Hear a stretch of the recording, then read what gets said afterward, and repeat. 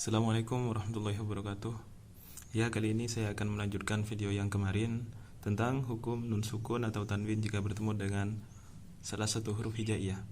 Maka hukumnya ada 5, yaitu idhar halki, idgham bigunnah atau idgham ma'al gunnah, terus idgham bila gunnah, iklab, dan ikhfa hakiki.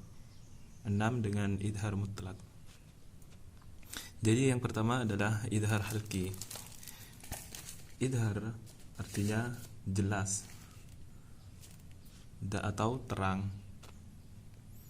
Bacaan idhar tidak boleh dibaca dengan berdengung atau dibaca panjang. Jadi bacaannya tidak boleh berdengung, juga harus jelas, terang, dan tidak boleh memantul. Contoh salah satu huruf idhar yaitu kha. Di sini ada contoh min khairin, nun sukun bertemu dengan kha.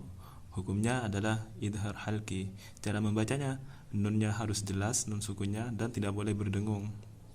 Tidak boleh dibaca dengan berdengung atau panjang. Jadi dibacanya harus min khairin, min khairin. Juga tidak boleh memantul seperti min khairin, min khairin. Harus min khairin. Yang kedua ada contoh an'amtah, an'amtah. Di sini ada nun sukun bertemu dengan ain, di mana ain ini salah satu huruf idhar. Jadi dibacanya an'amtah. Tidak boleh dibaca an'amtah atau an'amtah. Dinamakan idhar halki karena huruf-hurufnya adalah huruf yang berasal dari tenggorokan, yaitu huruf halak. Jadi keenam huruf itu berasal dari tenggorokan atau dinamakan huruf halak. Contoh yang ketiga, alimun hakim. Di sini ada tanwin bertemu dengan ha, di mana ha itu adalah huruf idhar. Jadi dibacanya harus jelas, tanwinnya jelas, dan tidak boleh memantul, juga tidak boleh berdengung. Alimun hakim, tidak boleh dibaca alimun hakim, tidak boleh seperti itu. Yang kedua adalah idgham bigunnah atau biasa disebut idgham ma'al gunnah. Idgham bigunnah memiliki 4 huruf, yaitu ya, nun, mim, waw. Idgham artinya meleburkan huruf, meleburkan satu huruf ke sehingga terbacanya itu huruf selanjutnya, atau memasukkan satu huruf ke huruf selanjutnya sehingga huruf itu tidak terbaca. Contoh mayyakulu. Di sini ada nun sukun bertemu dengan ya. Nah, nun ini seperti tidak ada. Jadi seakan-akan ya ini tasdid. Itu idgham. Bigunnah artinya dengan berdengung atau dengan dibaca panjang. Mayyakulu, mayyakulu, seakan-akan ya ini tasdid, nun ini tidak ada, tapi dengan berdengung dibaca panjang.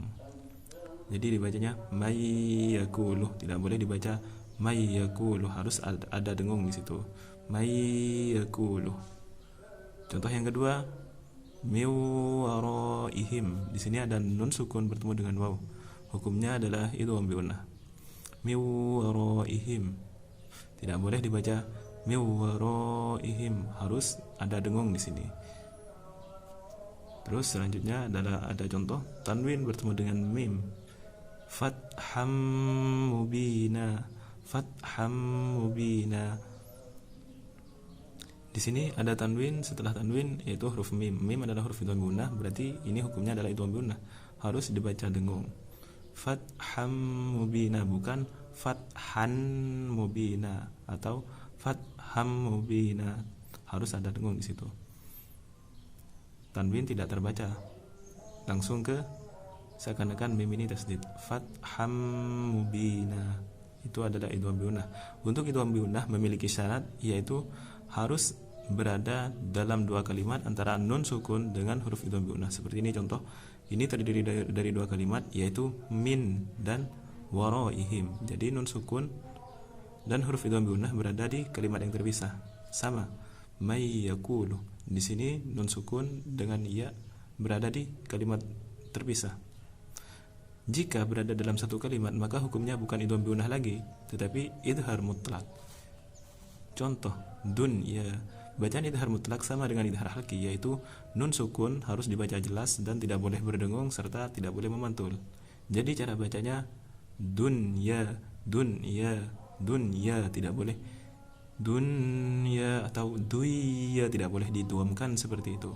Dan sinwanun, sinwanun, tidak boleh dibaca idgham, tidak boleh dibaca idgham serta tidak boleh dibaca idgham bigunah seperti siwan, tidak boleh. Juga kinwanun dan bunyanun, sama seperti cara baca idhar halki, karena idhar seperti itu cara bacanya. Saya hanya menemukan 4 contoh ini dalam Al-Quran, tidak menemukan lagi, entah ada yang lain apa tidak, tapi saya yang tahu cuma 4 ini. Terus selanjutnya idgham bila gunnah.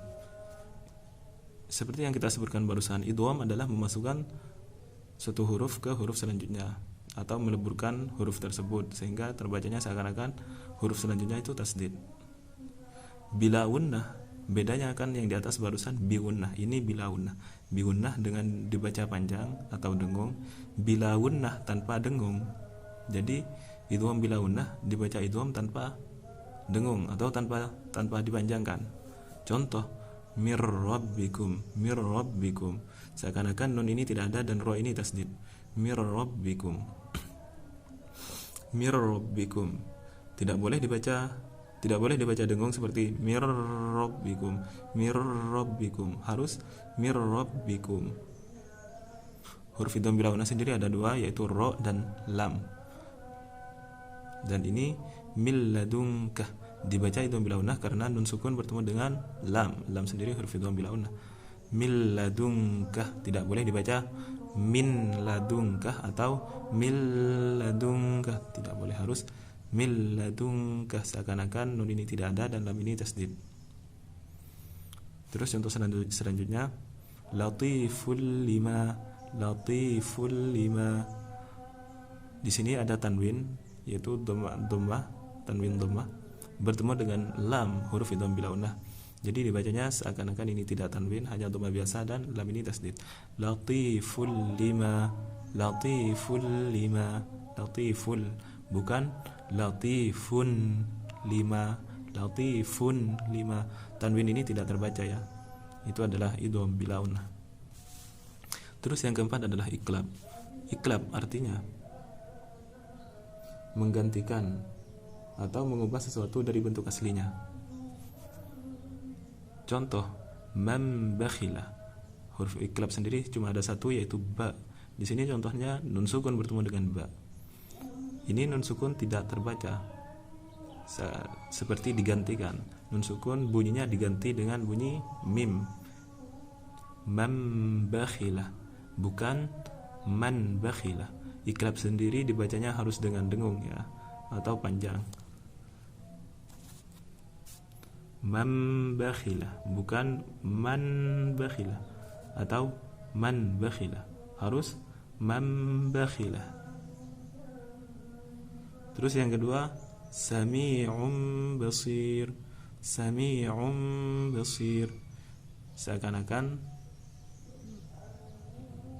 tanwin bertemu dengan ba, ini bunyinya seakan-akan mim, bukan tanwin atau bukan nun sukun tetapi mim. Sami'um basir, dan harus dibaca dengan gunnah atau panjang.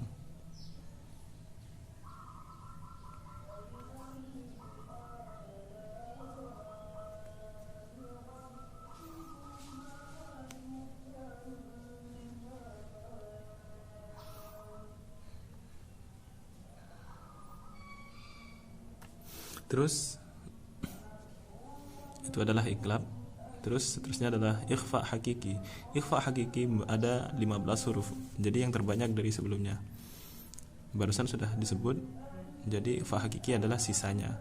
Sisa dari yang belum disebut barusan, sisa dari yang sudah disebut barusan adalah bacaan ikhfa hakiki. 15 huruf. Contoh, nun sukun bertemu dengan shin. Shin adalah huruf ikhfa hakiki. Jadi cara bacanya liman sya'ah, liman sya'ah. Nun ini dibaca samar karena ikhfa sendiri artinya samar atau tersembunyi. Nun ini dibaca samar antara nun dan shin. Liman sya'ah, liman sya'ah. Kita ini membaca nun tapi lidah kita berada di shin. Shin. Nah, posisi lidah berada di situ seperti mengambil ancang-ancang untuk membaca shin. Liman sya'ah. Nah, ini adalah ikhfa hakiki. Ikhfa hakiki juga hukumnya wajib dibaca unnah atau dibaca panjang sekitar 2 harokat sampai 3 harokat atau 1 alif sampai 1,5 alif. Jadi 2 harokat itu sama dengan 1 alif. Contoh yang kedua, min dunikum. Min dunikum. Jadi nun sukun bertemu dengan dal. Hukumnya dibaca ikhfa hakiki. Jadi tidak boleh dibaca tanpa unnah, dibaca pendek tidak boleh. Seperti contoh min dunikum, min dunikum, harus min dunikum, min dunikum. Lidah berada di harokat, posisi lidah berada di dal. Ad min dunikum. Jadi nun ini agak jelas ya, min dunikum, soalnya suara dal dan nun ini dekat letaknya. Ini contoh selanjutnya, aghlalam fahiyah. Aghlalam fahiyah. Tanwin bertemu dengan fa. Hukumnya adalah ikhfa hakiki. Aghlalam fahiyah. Di sini tanwin bertemu dengan fa, berarti lidah kita berada di fa tetapi membaca tanwin. Aghlalam fahiyah, bukan aghlalan fahiyah, bukan seperti itu. Dan jangan lupa untuk didengungkan. Aghlalam fahiyah. Itu penjelasan singkatnya tentang hukum non sukun atau tanwin jika bertemu dengan huruf hijaiyah. Terima kasih sudah menonton. Insyaallah saya akan upload lagi tentang hukum tajwid. Semoga kita bisa membaca Al-Quran dengan benar dan mendapat pahala yang besar dari sisi Allah Subhanahu wa taala. Wassalamualaikum warahmatullahi wabarakatuh.